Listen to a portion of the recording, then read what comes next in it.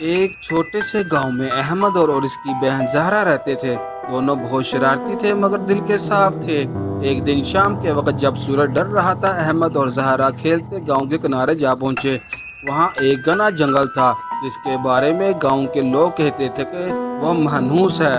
زہرا بولی، احمد واپس چلتے ہیں، یہ جنگل ٹھیک نہیں لگ رہا۔ احمد بولا، ارے زہرا، تم ہر وقت ڈراتی رہتی ہو، آؤ نا ذرا آگے دیکھتے ہیں، کچھ خاص ہے یہاں۔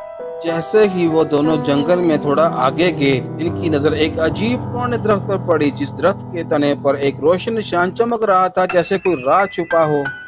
زہرا گھبرا کر بولی، احمد، یہ درخت عام نہیں لگ رہا، پلیز مت چھونا۔ احمد بولا، نہیں، مجھے دیکھنا ہے یہ ہے کیا۔ جیسے ہی احمد نے درخت کو چھوا، اچانک روشنی کا دائرہ بن گیا۔ ہوا میں چمکدار کرنیں بن گئی اور زمین کانپنے لگی اور زہرا ڈر گئی۔ پھر روشنی کے دائرے سے ایک بڑا الو نمودار ہوا۔ اس کی آنکھیں ایسے چمک رہی تھی جیسے آگ جل رہی ہو۔ الو نے کہا، احمد اور زہرا، تم دونوں کو اس جنگل کے راز کے لیے چنا گیا ہے، لیکن یاد رکھو، جو اس راز کو پائے گا اس کی زندگی ہمیشہ کے لیے بدل جائے گی۔ احمد حیران ہو کر بولا، کون سا راز؟ ہم تو صرف کھیلنے آئے تھے۔ الو نے کہا، کل رات دوبارہ آنا ورنہ یہ دروازہ ہمیشہ کے لیے بند ہو جائے گا۔ احمد اور زہرا حیران رہ گئے، آخر یہ الو کون تھا اور جنگل کا راز کیا ہے؟ پچھلے حصے میں آپ نے دیکھا تھا کہ احمد اور زہرا کھیلتے کھیلتے ایک جادوئی درخت تک جا پہنچے۔ وہاں ایک الو نے ان سے کہا تھا کہ کل رات دوبارہ آنا ورنہ دروازہ ہمیشہ کے لیے بند ہو جائے گا۔ آج کی کہانی اسی راز سے شروع ہوگی۔ صبح جب احمد اور زہرا گھر آئے، ان کے چہروں پر اب بھی خوف اور حیرت تھی۔ زہرا بار بار کہتی رہی، احمد، ہمیں دوبارہ وہاں نہیں جانا چاہیے، یہ سب خطرناک ہے۔ لیکن احمد کے دل میں تشدد بڑھ گیا، نہیں زہرا، یہ عام جنگل نہیں ہے، وہاں کوئی راز ہے، ہمیں جاننا ہوگا۔ رات ہونے لگی تو زہرا ڈری ڈری سی احمد کے ساتھ نکلی۔ گاؤں کے لوگ دور بیٹھے کہانیاں سنا رہے تھے اور جنگل کی طرف کوئی نہیں جا رہا تھا۔ درخت کے سائے لمبے ہو جا رہے تھے، ہوا تیز چلنے لگی۔ اچانک جھاڑیوں میں سے کڑکڑاہٹ ہوئی۔ زہرا نے احمد کا ہاتھ زور سے پکڑ لیا۔ وہ آواز کیا تھی؟ احمد بولا، شاید کوئی جانور ہو، ڈرو مت، میں ہوں نا۔ بالآخر کار دونوں پھر اسی پرانے درخت کے سامنے پہنچے۔ اس بار نشان پہلے سے بھی زیادہ روشن تھا، جیسے وہ ان کا انتظار کر رہا ہو۔ درخت کے اوپر پھر وہی الو نمودار ہوا، جس کی آنکھیں اور زیادہ چمک رہی تھی۔ الو نے کہا، تم واپس آ گئے، اس کا مطلب ہے تم سچ میں جنگل کے راز کو پانے کے خواہش مند ہو۔ لیکن یاد رکھو، ہر راز کے پیچھے ایک قربانی ہوتی ہے۔ احمد حیرانی سے، قربانی؟ کیسی قربانی؟ الو نے کہا، آج رات تمہیں پہلا امتحان دینا ہوگا۔ جنگل کی گھنی گہرائی میں ایک سیاہ سایہ تمہارا انتظار کر رہا ہے۔ اگر تم نے اس کا سامنا نہ کیا تو یہ راز ہمیشہ کے لیے کھو جائے گا۔ زہرا کے چہرے پر خوف تھا، احمد کی آنکھوں میں بہادری۔ دونوں نے قدم بڑھایا اور جنگل کے اندرونی حصے میں داخل ہو گئے۔ درخت ہلنے لگے، ہوا تیز ہو گئی اور پھر سامنے اندھیرے میں ایک خوفناک سایہ نمودار ہوا۔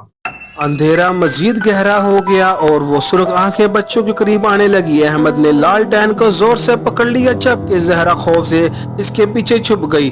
اچانک جنگل میں ایک تیز ہوا چلنے لگی، درخت جھومنے لگے اور ایک ڈراؤنی آواز ہر طرف گونجنے لگی۔ زہرا کی آنکھوں سے آنسو بہنے لگے، لیکن احمد نے ہمت نہیں ہاری۔ جادوئی الو آسمان میں اڑتا ہوا بولا، احمد، روشنی کا سہارا لو ورنہ یہ سایہ تمہیں اپنے اندھیروں میں قید کر لے گا۔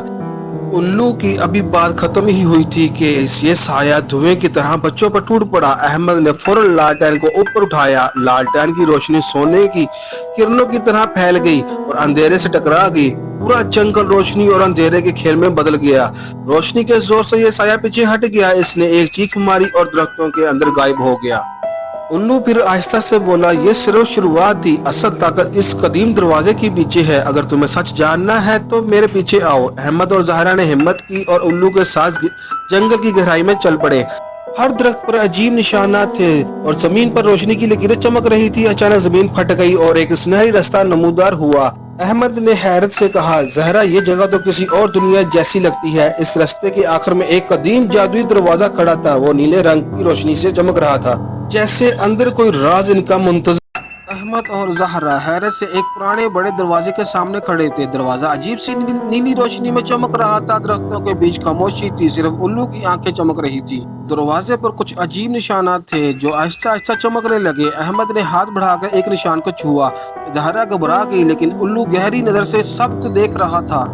اچانک دروازہ ہلنے لگا، بھاری آواز کے ساتھ وہ کھلنے لگا۔ اندر سے سنہری اور نیلی روشنی پھیلنے لگی، ہوا تیز ہو گئی۔ زہرا نے اپنی آنکھوں پر ہاتھ رکھ لیا، جبکہ احمد حیرت میں کھڑا رہ گیا۔ دروازے کے اندر ایک جادوئی دنیا چھپی ہوئی تھی، تیرتے ہوئے جزیرے، روشنی سے بہتے ہوئے دریا، آسمان پر سنہری چمک۔ احمد اور زہرا نے ایسا منظر کبھی نہ دیکھا تھا۔ الو خوشی سے روشنی کی طرف اڑ گیا، لیکن جیسے ہی وہ اندر قدم رکھنے لگے، اچانک اندھیرے سے ایک سایہ سیاہ ابھرا۔ اس کا ہاتھ آگ کی طرح سرخ روشنی میں جل رہا تھا۔ احمد اور زہرا سہم گئے۔ الو نے زور سے پر مارے، آخر یہ سایہ کون؟ دروازے کے اندر سے ایک خوفناک سایہ اوپر رہا تھا، لمبے اور سیاہ ہاتھ باہر نکلنے لگے۔ احمد اور زہرا ڈر کر پیچھے ہٹے، لیکن الو نے اپنے پروں کو پھیلایا اور دروازے کی طرف غور سے دیکھا۔ اچانک دروازے کے اندر سے ایک چیخ گونجی، جیسے کسی روح کی فریاد ہو۔ جادوئی روشنی تھرتھرانے لگی اور زمین ہلنے لگی۔ احمد نے اپنے لالٹین کو اونچا کیا، لالٹین سے ایک روشنی نکلی اور ان کے گرد ایک ڈھال سی بن گئی، لیکن سیاہ ہاتھ روشنی کو چیرنے کی کوشش کر رہا تھا۔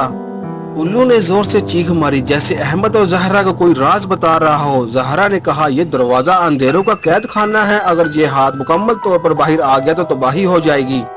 احمد نے دل مضبوط کیا، ہمیں اس دروازے کو بند کرنا ہوگا۔ اس نے لالٹین کو دروازے کے بیچوں بیچ رکھ دیا۔ روشنی اور اندھیرے کی جنگ شروع ہو گئی۔ روشنی اور اندھیرے کی ٹکر سے زمین دہل اٹھی۔ کیا وہ اس دروازے کو بند کر پائیں گے یا پھر اندھیرا آزاد ہو جائے گا؟ یہ راز اگلی قسط میں کھلے گا۔ دروازہ زور زور سے ہلنے لگا، جیسے کوئی اندر قید وجود پوری طاقت سے باہر نکلنے کی کوشش کر رہا ہو۔ احمد نے لالٹین مضبوطی سے پکڑ رکھی تھی، لیکن روشنی لرزنے لگی۔ دروازے کے اندر سے ایک آتی شکل ابھرنے لگی۔ یہ نہ انسان تھی نہ جانور، اس کی آنکھیں آگ کی طرح جل رہی تھی اور اس کا جسم دھوئیں کی طرح بکھر رہا تھا۔ الو اچانک احمد کے کندھے پر آ بیٹھا اور اس کے کان کے قریب ایک جادوئی سرگوشی کی، جیسے کوئی خفیہ منتر ہو۔